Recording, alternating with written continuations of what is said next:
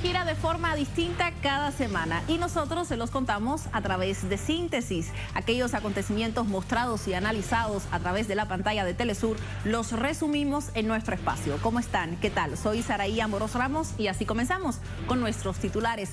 Estaremos en Argentina. La vicepresidenta Cristina Fernández planteó los ejes estructurales para un nuevo gobierno, la renovación del Pacto Democrático, así como una solución política a la deuda con el Fondo Monetario Internacional heredada del macrismo. Les ampliamos. Se profundiza la crisis en Ucrania. Grupos hostiles enviados desde ese país realizaron ataques en las regiones de Belgorod y Artyomov, mientras que en la cumbre del G7, Occidente agudiza sus acciones contra Rusia y reafirman su compromiso de apoyo militar a Ucrania en el conflicto con Moscú, cerrando de esa manera la ventana al diálogo. Este domingo 28 de mayo, el pueblo de Turquía celebra la segunda vuelta presidencial entre el actual presidente Recep Tayyip Erdogan y Kemal Kılıçdaroğlu, quienes fueron los aspirantes más votados en la primera vuelta realizada el pasado 14 de mayo. Y en nuestra frase de la semana estaremos en Nicaragua. El presidente Daniel Ortega destacó a Rusia y a China como los grandes conductores para hacer frente al modelo imperialista.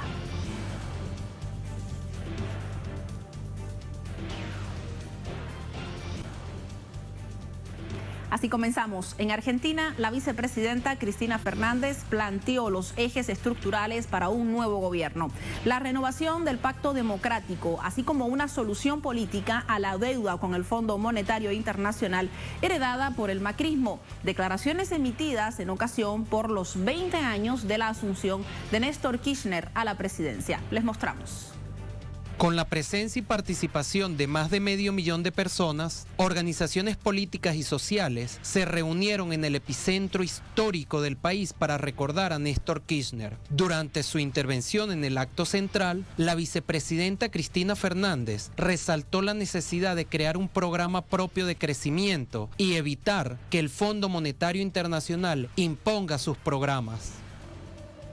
Si nosotros los argentinos y las argentinas no logramos que ese programa que el Fondo Monetario impone a todos sus deudores sea dejado de lado y nos permita elaborar un programa propio de crecimiento, de industrialización, de innovación tecnológica, va a ser imposible pagarlo por más que digan lo que digan.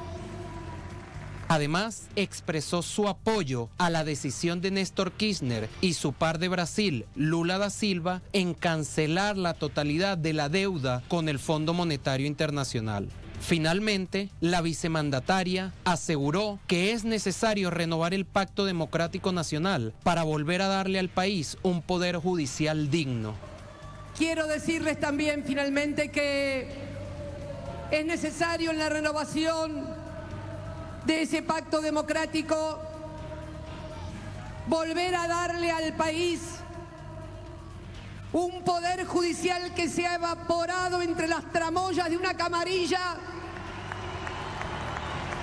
indigna para la historia de la Argentina.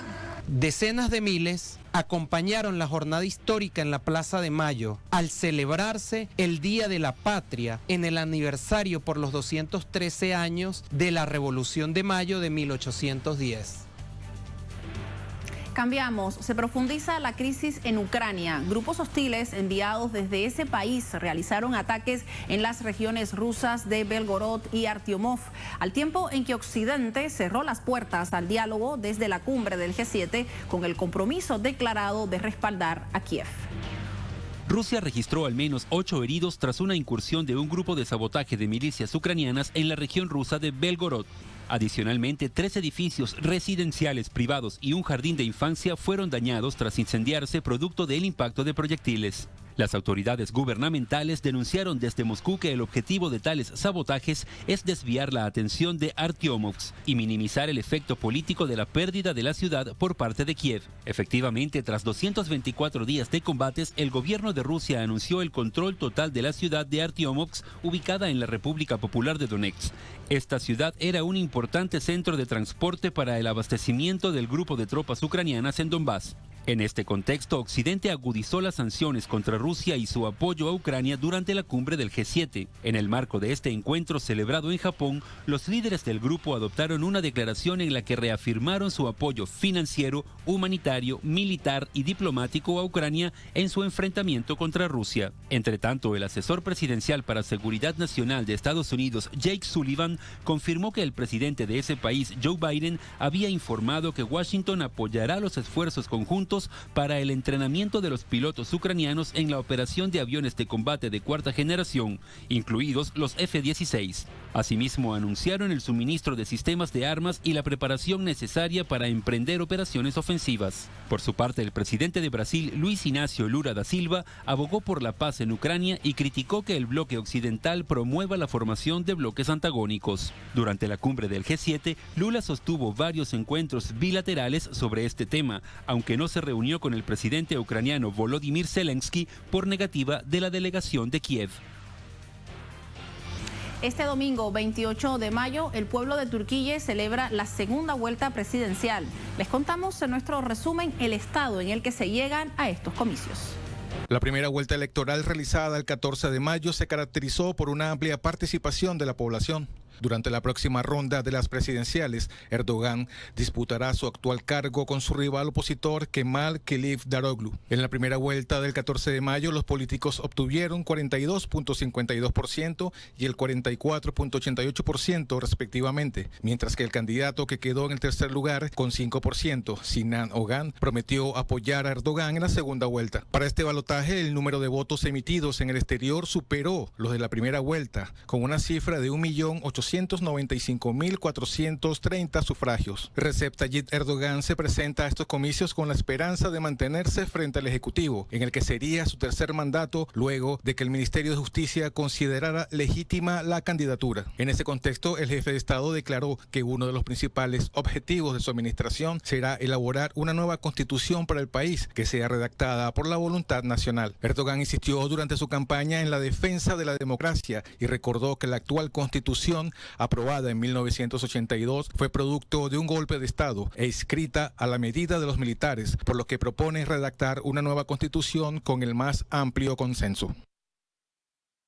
Al regreso de nuestra pausa, en nuestra frase de la semana, estaremos en Nicaragua. Resaltamos las declaraciones del presidente Daniel Ortega sobre Rusia y China en relación con la conducción para hacer frente al modelo imperialista. Regresamos en Síntesis.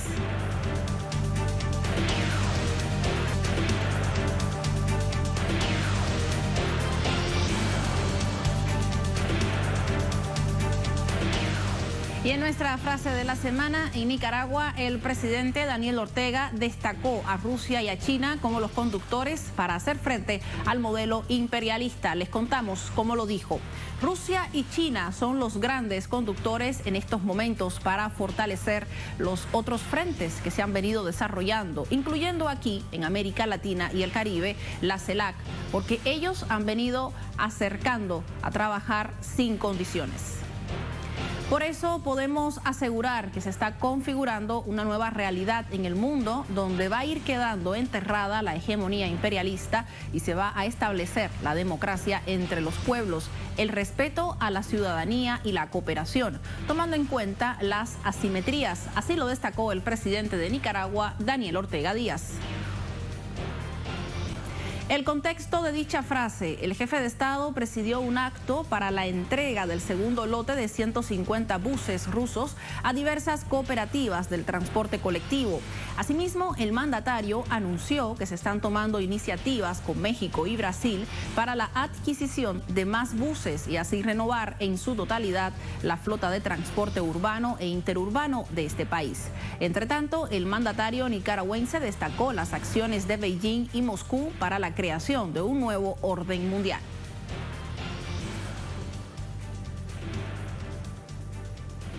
Revisamos otros hechos ocurridos en esta semana. Lo hacemos en México, donde el presidente Andrés Manuel López Obrador afirmó que no entablará relaciones económicas ni sociales con Perú mientras Dina Boluarte siga encabezando el régimen de ese país. También les contamos otros sucesos que tuvieron lugar en Venezuela, Colombia, Ecuador y Cuba.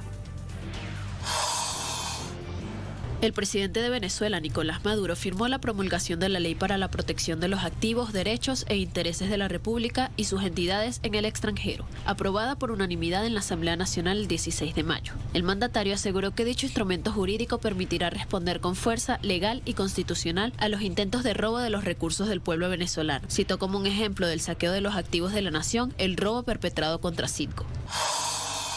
En Colombia, la jueza del Juzgado 41 del Penal de Bogotá negó la preclusión en el caso contra el expresidente Álvaro Uribe Vélez y ordenó avanzar hacia un juicio por los delitos de soborno de testigos y fraude procesal. La decisión judicial se dio luego del análisis de los alegatos de la Fiscalía, institución que argumentó a favor de archivar la investigación contra Uribe. En ese contexto, la jueza Laura Barrera señaló que hay suficiente evidencia para que se siga investigando al exmandatario o se lleve a un juicio penal. En Ecuador, el mandatario Guillermo Lasso alcanzó 2 años en el gobierno, en medio de la crisis política que llevó a la disolución de la Asamblea Nacional y a la convocatoria a nuevas elecciones presidenciales y legislativas. De acuerdo con la Constitución, el jefe del Ejecutivo debió rendir cuentas de su gestión ante el Legislativo, pero en virtud de la disolución del Parlamento, Lasso ofreció su mensaje ante la ciudadanía en la Plataforma de Desarrollo Social en Quito. En Cuba se celebró la segunda sesión extraordinaria de la 10ª legislatura de la Asamblea Nacional del Poder Popular, en la que se abordó el comportamiento de la economía y sus proyecciones. Esta jornada contó con la participación del general de ejércitos Raúl Castro y el presidente Miguel Díaz-Canel. Durante las intervenciones, los diputados de la 10ª legislatura evaluaron el proyecto de ley de comunicación social, una normativa que lleva alrededor de 6 años en elaboración, periodo en el que cientos de personas participaron en el proceso de redacción y consulta. El presidente de México, Andrés Manuel López Obrador, afirmó que no entablará relaciones económicas ni sociales con Perú mientras Dina Boluarte sigue encabezando el régimen de ese país. Durante su rueda de prensa matutina, López Obrador tildó de usurpadora a la presidenta designada de Perú, Dina Boluarte. Seguidamente, el mandatario mexicano aseguró que solo entregará la presidencia pro tempore de la Alianza del Pacífico al jefe del Ejecutivo chileno, mientras no exista una normalidad democrática en Perú. Y a través de las imágenes de la semana les mostramos parte de la actividad sísmica del volcán Popocatépetl, motivo por el cual la Coordinación Nacional de Protección Civil de México mantuvo la alerta amarilla nivel 3 debido a 2 explosiones del volcán al oeste de la capital. Las autoridades informaron que el volcán Popocatépetl ha disminuido su actividad sísmica, pero mantiene la emisión de ceniza y la expulsión de gases, permaneciendo en alerta amarilla fase 3. Esto luego de que durante 24 horas el cráter presentara 2 explosiones que arrojaron material incandescente que alcanzaron los 800 y 1600 metros de altura. Ante ello, informaron que en el mismo periodo el volcán tuvo 10 exhalaciones en las que arrojó cenizas, afectando principalmente a Puebla, específicamente a 40 municipios donde se decretó la suspensión de clases presenciales y el regreso a las actividades a distancia. Revisamos también información que se gesta a través de nuestras plataformas digitales. Lo hacemos a través de la cuenta de nuestro corresponsal Sergio Rodrigo. Desde España nos cuenta sobre el proceso eleccionario que vivirá este país. Nos dice, este 28 de mayo más de 36.5 millones de electores acudirán a las urnas para conformar los más de 8.000 ayuntamientos del Estado español. 12 regiones como Extremadura, Valencia o Canarias celebran también elecciones autonómicas. Le escuchamos.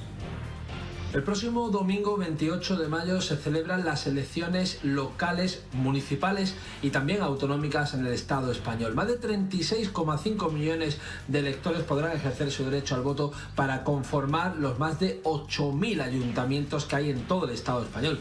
Pero también de ellos se van a celebrar en algunas regiones, en 12 autonomías, se van a celebrar los comicios para las asambleas regionales. Estos comicios son uno de los más importantes de los últimos años porque hay que recordar que desde el año año 2018-2019 el PSOE junto a la coalición de Izquierdas Unidas Podemos gobiernan en coalición, algo que va a ser el primer examen en las urnas a esta coalición que ha sufrido una pandemia, ha sufrido numerosos conflictos y también diferencias entre uno y otro partido. Además, es un momento en el que la ultraderecha llega pisando fuerte y además pidiendo poder a la derecha tradicional en España del Partido Popular, que necesitará el apoyo de los ultraderechistas para conseguir muchos de los ayuntamientos y comunidades autónomas. Unos comicios cruciales que se van a celebrar este domingo en España. Recuerde que puede revisar estas y otras informaciones a través de la cuenta de Twitter de nuestros corresponsales. Hacemos nuestra segunda pausa. A la vuelta les estaremos presentando lo más destacado en economía, deporte y cultura. Comenzamos en economía, les adelantamos. Colombia es el quinto país con más crecimiento según información aportada por la Organización para la Cooperación y el Desarrollo Económico. En deportes, el futbolista brasileño Vinícius Junior una vez más fue víctima de insultos racistas, esta vez el pasado domingo en el estadio de Mestalla durante el partido contra el Valencia en la Primera División de España. En temas culturales, en Venezuela, la Compañía Nacional de Teatro celebró sus 39 años de fundada. Ello y más a la vuelta en Síntesis.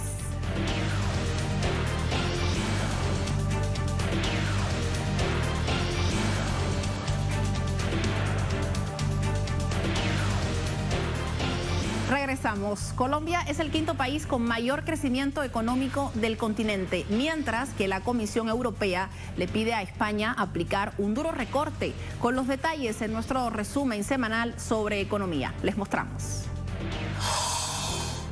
Colombia es el quinto país con más crecimiento según información aportada por la Organización para la Cooperación y el Desarrollo Económico, OCDE. El organismo estima que Colombia ha venido teniendo una participación positiva dentro de las variaciones, registrando un crecimiento del 3% anual comparado con el mismo periodo de 2022. En otro orden de ideas, la Comisión Europea pidió al gobierno español aplicar un recorte superior a 9.000 millones de euros en el presupuesto del año entrante para tratar de garantizar el cumplimiento del límite del 3% de déficit presupuestario. Los recortes exigidos por Bruselas al gobierno representan un 0,7% del PIB, lo que equivaldría a unos 9.300 millones de euros menos de gasto respecto a las orientaciones presupuestarias. En Grecia, aunque la inflación cayó en abril debido a una rápida caída en los precios de la energía, el costo de los alimentos continúa en aumento. El precio promedio se incrementó alrededor de un 11%. Entre los productos con más alzas están los cereales, la carne, los productos lácteos y el aceite comestible. Desde un Cristo Redentor completamente negro hasta el apoyo de su presidente fueron algunas de las reacciones para defender al futbolista brasileño Vinícius Junior, quien una vez más fue víctima de racismo. También les contamos sobre el reconocimiento en el Salón de la Fama del Voleibol Internacional de la deportista cubana Yumilka Ruiz. Esto y más en el siguiente informe con nuestro resumen deportivo. El futbolista brasileño Vinícius Junior una vez más fue víctima de insultos racistas, esta vez el pasado domingo en el estadio de Mestalla durante el partido contra el Valencia en la Primera División de España. Sobre el caso, varias personalidades del fútbol y del mundo se pronunciaron en apoyo al jugador. Tal es el caso del presidente de Brasil, Luis Ignacio Lula da Silva, quien repudió el hecho y pidió que las ligas de fútbol tomen medidas contra el racismo. Asimismo, el dirigente de la FIFA, Gianni Infantino, a través de sus redes sociales, manifestó toda su solidaridad con Vinícius y expresó que no hay lugar para el racismo en el fútbol ni en la sociedad. Además, el alto comisionado de las Naciones Unidas para los Derechos Humanos, Volker Turk, también denunció el caso e instó a combatir el racismo en los deportes. Carlo Ancelotti, entrenador del Real Madrid, también manifestó su rechazo e insistió en que la Liga Española tiene un problema y Vinícius es la víctima. Mientras que por su parte, el presidente de la Federación Española de Fútbol, Luis Rubiales, reconoció que en el país europeo existe un grave problema de comportamiento, de educación y de racismo. La jugadora cubana Yumilka Ruiz fue exaltada al Salón de la Fama del Voleibol Internacional como parte de un reconocimiento a su extraordinaria carrera, en la que entre su palmarés consiguió 2 medallas olímpicas de oro y una de bronce dentro del equipo de las ya retiradas espectaculares Morenas del Caribe, su selección de voleibol femenino de Cuba. Ruiz, de 45 años, es la 7ª deportista cubana en recibir este reconocimiento, donde acompañará a Regla Torres, Mireya Luis, Magalis Carvajal, Mirka Francia, Taimaris Agüero y el legendario entrenador Eugenio George. La ceremonia oficial se llevará a cabo el próximo 21 de octubre en la sede del Salón de la Fama en Estados Unidos. Y de las Morenas del Caribe pasamos a hablar sobre cultura. Nos trasladamos hasta Venezuela. La Compañía Nacional de Teatro de este país celebró sus 39 años de creación artística, mientras que la tradición religiosa de los mantudos en Nicaragua festejó la diversidad y la identidad cultural de ese país. Esto y más en nuestro resumen cultural. La Compañía Nacional de Teatro de Venezuela cumplió 39 años y lo celebró en las tablas con la puesta en escena de la pieza Arcalión. Entre los montajes más resaltantes y recientes durante estas casi 4 décadas de trayectoria teatral figuran Peludas en el cielo, Oscuro de noche, Fin de mundo, entre otros. La compañía teatral, que actualmente cuenta con una plantilla de 45 actores, organiza la 2ª edición del Festival Internacional de Teatro Progresista 2023 en junio próximo. La fiesta de los mantudos es una tradición religiosa que realza la identidad y diversidad cultural de Nicaragua y es desarrollada desde hace más de 150 años en honor a San Pascual Bailón, santo patrono de las obras, las cocineras y de la diócesis de Segorbe-Castelló. Esta simbólica práctica, declarada Patrimonio Cultural de esta región nicaragüense, fortalece y promueve la preservación de las culturas ancestrales del país que se transmiten de generación en generación. En Cuba llegan a su recta final las jornadas poéticas programadas para la 29ª edición del Festival Internacional de Poesía de La Habana. Sus habituales lecturas en comunidades y espacios culturales, así como los recorridos por varias escuelas de La Habana, concluyen el sábado 27, luego de la presentación de los proyectos más esperados de la cita, como lo fue el Ismaelillo, con poetas y actores. Anna Mae Bullock rompió esquemas de todo tipo. Les cuento, desde imponerse con su estética plenamente negra hasta salir adelante luego de sufrir violencia psicológica por su pareja. Hasta los 70 años estuvo en los escenarios demostrando que el rock and roll tiene una sola reina, su nombre, Tina Turner. Así despedimos Síntesis. Gracias por habernos acompañado. Le esperamos la siguiente semana para seguir revisando el mundo desde el sur. Hasta la próxima.